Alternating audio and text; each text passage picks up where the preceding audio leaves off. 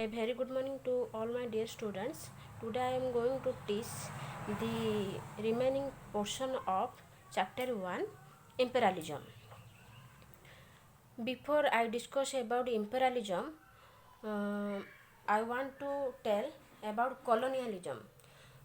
Colonialism means the practice by which one country directly controls other countries and uses their resources. Means a country directly control other countries and also use their raw materials to increase their growth, power and wealth. That is known as colonialism. Then come to imperialism. Imperialism means it is the policy of establishing control over other countries by either conquering them with military force or by controlling the political or economic life of that country. Means here a country comes to another country and establish their colonies, that is known as colonies. But in imperialism, a country directly forcefully entered to a country and established their rule either by military force or by political or economic life of that country. So this is means colonialism can be imperialism, but imperialism can't be colonialism. That is the difference between colonialism and imperialism. Imperialism was started in 15th century by the search for trade routes from Europe to Southeast Asia. So by searching the sea routes of Europe and Southeast Asia, they entered. At that time, imperialism started. This led to the voyages of discovery, which helped the seafaring nations of Europe establishing trading bases in Asia and the America. So in this way, by these trade routes, they established their colonies in Asia and also America. From the 15th century till the mid 19th century, trade remained the main focus of European imperialism in Asia. So between 15th to 19th century, their main focus was to trade the countries. However, the industrial in between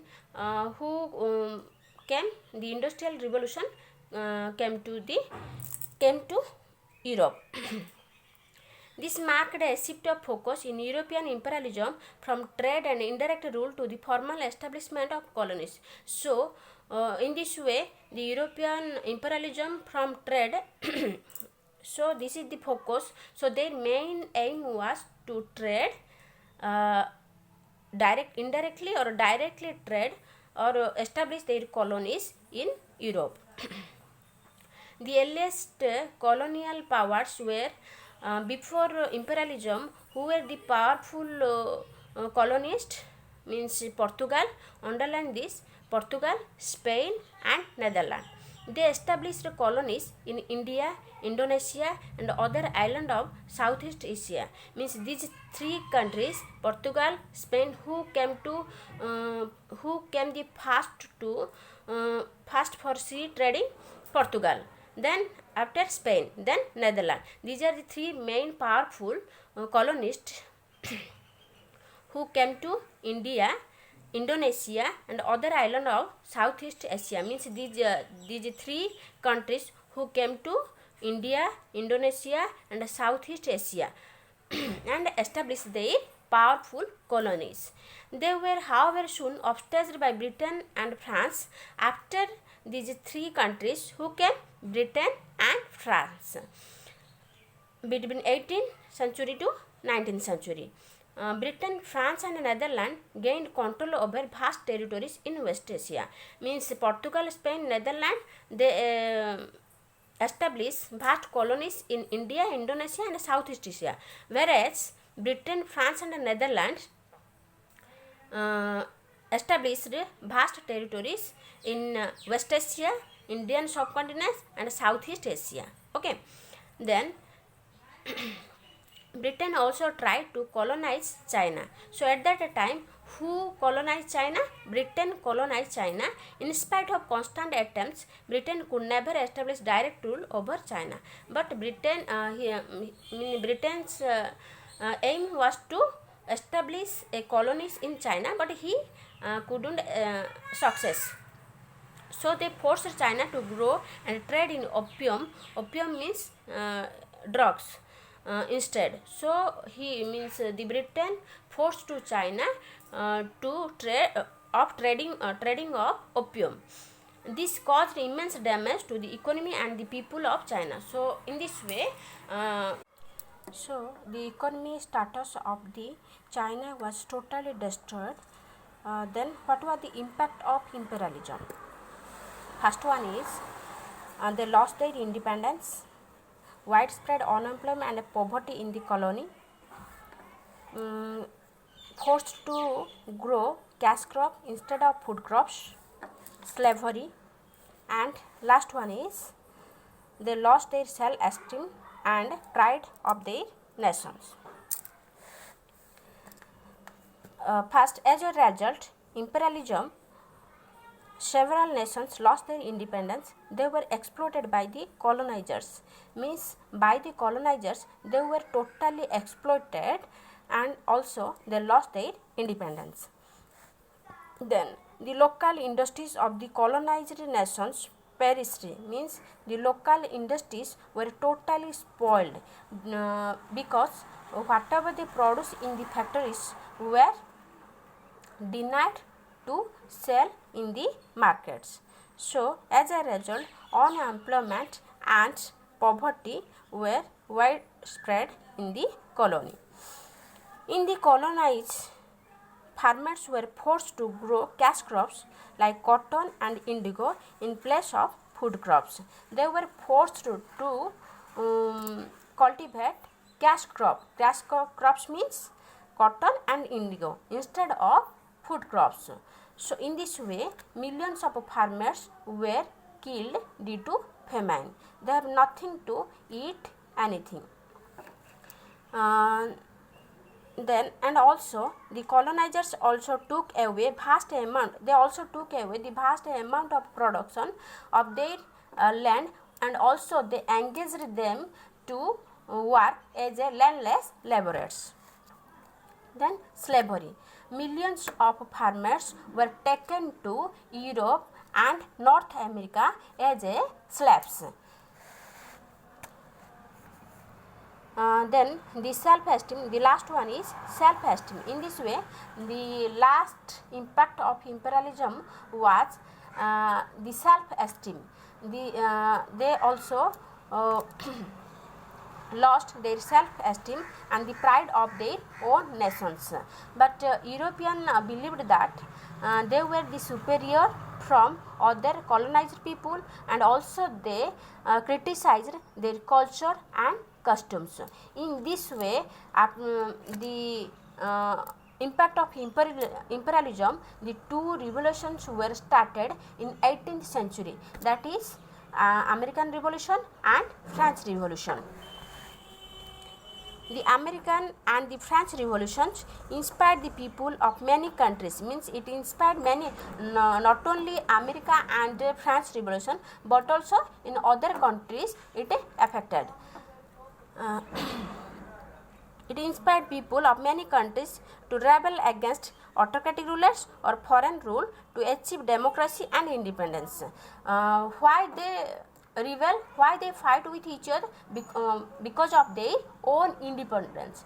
They want their own independence and they want their own pride of their nations.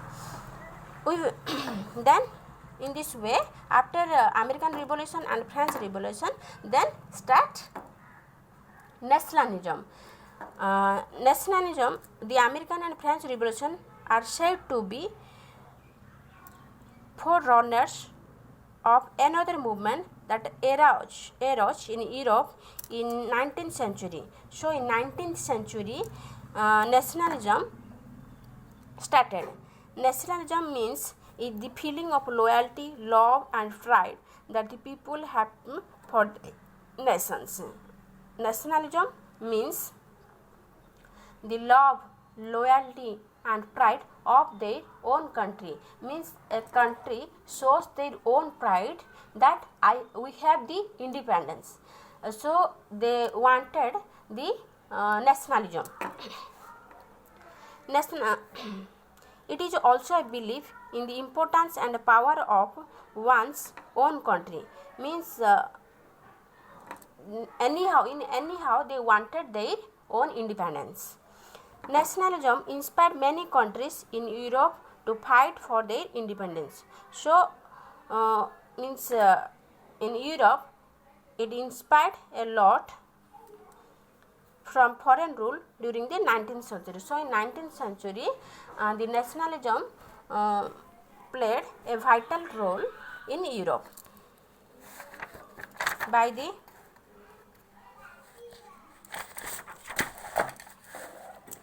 the 20th century, nationalism, as a result, the economic status of the China was totally damaged. Then what was the impact of imperialism? Lost their independence, widespread unemployment and poverty in the colony, forced to grow cash crops instead of food crops, slavery, destroyed the self-esteem and pride. As a result of imperialism, several nations lost their independence. They were exploited by the colonizers. Means by the colonizers they were totally exploited. So in this way they lost their independence. The local industries of the colonized nations perished, means spoiled, as they could not compete with the cheap goods produced in the factories of the industrialized nations of Europe. So whatever they produce in the factories, that was totally spoiled after the imperialism. So in this as a result, unemployment and poverty widespread in the colony. The next, in many colonies, farmers were forced to grow cash crops like cotton, indigo, place of food crops. So the colonizers forced them to produce cash crops instead of food crops. In this way, famines killed millions of farmers' life. The colonizers also took away vast amounts of agricultural land from local farmers for putting up plantation, making the farmers landless laborers in their own land. Means the colonizers took away all the vast amount of agricultural land and local farmers for putting them, means they engaged them for plantation and also they put them to work their land as the landless laborers. The next one is slavery. Means millions of people were taken to Europe and North America from Africa as slaves. Means millions of farmers were taken to Europe and North America from Africa as slaves. Means millions of farmers were taken as slaves in Africa and North America. Then the self-esteem of the colonized people and their pride in their nation were destroyed by the imperialists. The Europeans believed that, means in this way their self-esteem and pride of their own nation was destroyed. The Europeans believed that they were superior to the colonized people and criticized their culture and costume. Means here the Europeans believed that they were the superiors from the colonists, and also they criticized about the culture customs of their country. They believed that it was the white man's burden and responsibility to civilize to take care of savages of the non-European world. Means they always criticized their culture and customs. Then after the imperialism, then the America and French Revolution started. The American and the French revolutions inspired the people of many countries to rebel against autocratic rulers and foreign rule. Means these two revolution, which American Revolution and French Revolution, which inspired many people to rebel, to fight against with each other. So to achieve democracy means they are fighting for what? They are fighting for their own independence. Means they try to show their pride and love of their own nations. Here then started nationalism. Nationalism inspired many countries in Europe to fight for their independence from foreign rule during the 19th century. During the 19th century, many countries of Europe wanted to fight for their independence from the foreign rules. And by the 20th century, nationalism had spread to other parts of. So by the 20th century, it had already spread to other parts of Asia and Africa. India's struggle for independence is also the result of nationalism. So after nationalism, who got its independence? India also got its independence. So in this way, the first chapter is over. So I again told you in brief modern history and its sources. Sources means we got primary sources and secondary sources. Primary sources means hand records, first hand documents, records, and secondary sources means it based on the primary sources. Then come to Renaissance. Renaissance, when it is started during the medieval period. In Renaissance, some